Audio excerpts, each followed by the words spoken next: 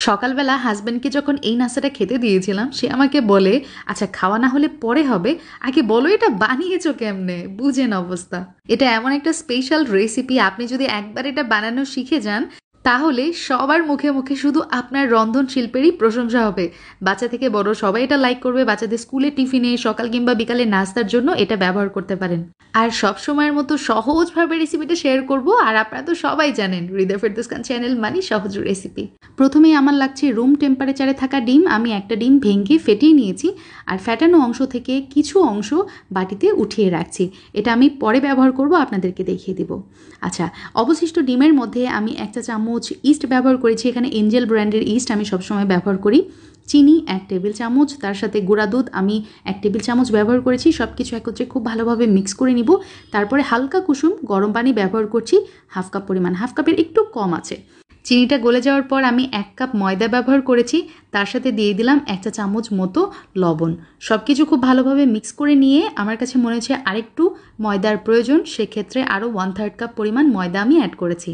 খুব ভালোভাবে সব কিছু একত্রে মিক্স করে একটা ফ্ল্যাট সারফেসে নিয়ে নিব। আর এখানে এই মিশ্রণটা কিছু সময় ময়ান দিয়ে নিতে হবে। আর এই স্টেপটা মোস্ট ইম্পর্ট্যান্ট, তাহলে আপনার নাস্তাটা অনেক সফট হবে। তো দেখতে পাচ্ছেন এই কাজটা আমি কিভাবে করছি। হাতে সামান্য একটু ময়দা মাখিয়ে এভাবে ডোটা খুব ভালোভাবে ময়ান দিয়ে নিতে হবে। এই কাজটা আমি 2 থেকে 3 মিনিটের মতো করেছি। দেখতে পাচ্ছেন আমার ডো কতটা সফট হয়েছে। এখন সেম বাটির মধ্যে ডো রেখে দিব, সামান্য উপর দিয়ে তেল মাখিয়ে নিচ্ছি, ঢাকনা দিয়ে রেস্টে রেখেছিলাম 1 ঘন্টা। তো 1 ঘন্টা পর দেখতে পাচ্ছেন আমার ডো কতটা সুন্দর ফুলে গেছে আর ইস্ট অ্যাক্টিভ হয়ে গেছে। এখন যেটা করব, আবারও ফ্ল্যাট সারফেসে নিয়ে এটা একটু লম্বাটে শেপ দিয়ে নিয়েছি। এখন আমি এটা 6 ভাগে ভাগ করে নিব। আপনারা কত ভাগ করতে চান সেক্ষেত্রে আপনাদের মন মতো এটা করে নিতে পারেন। তো হয়ে গেছে, একটা ডো নিয়ে দেখতে পাচ্ছেন আমি এখন একটা রুটি বেলে নিব। একদম পাতলা রুটি বেলতে হবে না, একটু মোটা থাকবে, মানে যেরকম আমরা রুটি খাই তার থেকে একটু মোটা, ঠিক আছে? তো রুটি বেলা হয়ে গেলে আমি এই যে একটা পিজা কাটার দিয়ে কেটে নিচ্ছি, আপনার ছুরি দিয়েও কাজটা করতে পারেন। 4 ভাগে ভাগ করে নিয়েছি, ব্যাস হয়ে গেছে। এখন এই স্টেপটা মোস্ট ইম্পর্টেন্ট, একটু খেয়াল করবেন এই পর্যায়ে। আমি এই যে রুটির 4টা অংশ আছে না, সেটা একটার পর একটা সাজিয়ে দিচ্ছি। একটু কোনা কোনা মিল করে সাজিয়ে দিবেন, দেখতেই পাচ্ছেন এটা অনেক ইজি, জাস্ট একটার উপর একটা রেখে দেওয়া। তো হয়ে গেছে। এখন একটু হাত দিয়ে চেপে দিব যাতে করে এই অংশগুলো সিল হয়ে যায়। এখন একটা পিজা কাটার দিয়ে আমি কেটে নিচ্ছি লম্বালম্বিভাবে। দেখেই নিশ্চয়ই বুঝতে পারছেন আমি কিভাবে করছি, মানে এর থেকে সহজ কাজ আর কি হতে পারে।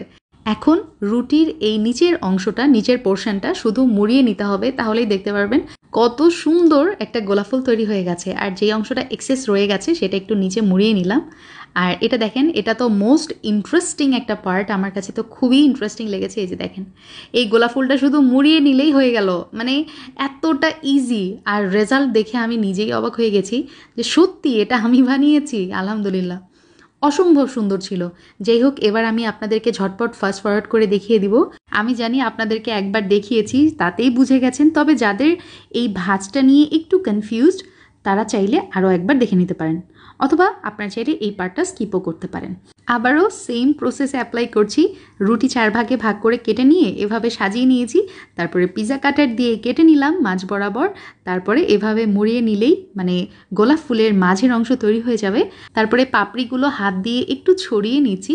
এখন গোলাপ ফুলের মাঝের অংশ অবশিষ্ট এই 4টা রুটির ওপর এভাবে ফোল্ড করে নিলেই তৈরি হয়ে যাবে অসম্ভব সুন্দর একটা গোলাপ ফুল। তো হয়ে গেছে, আমি সবগুলো ফুল এভাবে বানিয়ে নিয়েছি। এখন যেটা করব, একটা বেকিং ট্রের ওপরে আমি সামান্য তেল ব্রাশ করে নিয়েছি, তারপরে এই ফুলগুলো সাজিয়ে দিলাম। দেখতেই পাচ্ছেন কত সুন্দর লাগছে মাশাল্লাহ। আমার তো মনে হচ্ছে আমি এগুলো শোকেসের মধ্যে সাজিয়ে রাখি।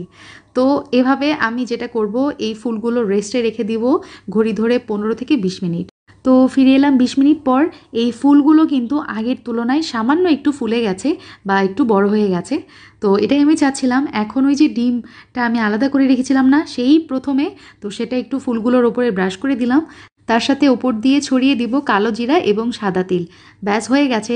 এখন 180 ডিগ্রি সেলসিয়াস টেম্পারেচারে প্রিহিটেড ওভেনে আমি এই রোজ বানগুলো বেক করে নিয়েছি 30 মিনিটের জন্য। তো 30 মিনিট পর ওভেন থেকে বের করে গরম গরম এই রোজ বান আমি একটা বক্সের মধ্যে টাওয়াল দিয়ে মুড়িয়ে রাখছি।